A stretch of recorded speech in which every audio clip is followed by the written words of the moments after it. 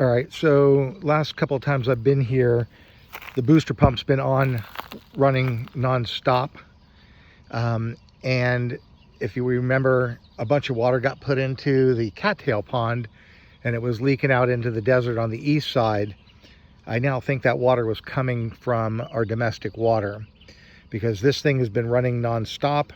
And as of today, the cattail pond is still outfalling into the desert on the east side. There's still like a 1/4 inch, maybe as much as a 1/2 inch above the boards.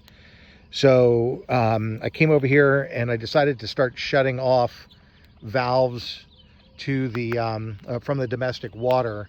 And I started with the rifle range, because there's a line that runs underneath the bass pond. There's a shut-off valve over by the shed over there, and I shut that off, and that didn't do it. Water was the booster pump was still running.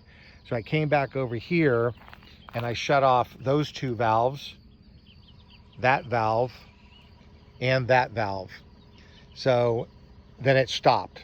So as soon as I shut off all of these valves, it stopped. So I started opening them one at a time with that one. This is on the west side, and I think this feeds the main line that goes down the west side of the club. Booster pump didn't come on. I opened that valve and closed that one, and then opened that one. Booster pump didn't come on. That little valve right there to the left of the 3-inch, that's the culprit. If I shut off that valve and open the big one on the right there, the big one back there, and this one right here for this 1.5 inch, the booster pump's not on. In fact, I don't know if you can hear it, booster pump's not running right now.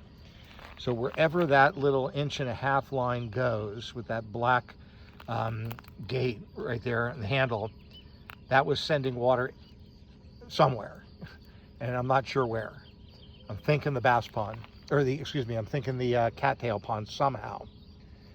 So right now, booster pump's not running, and that's closed. The one on the right, the 3 inches open. That 3 inches open, and this 1.5 inch is open, and the booster pump is off.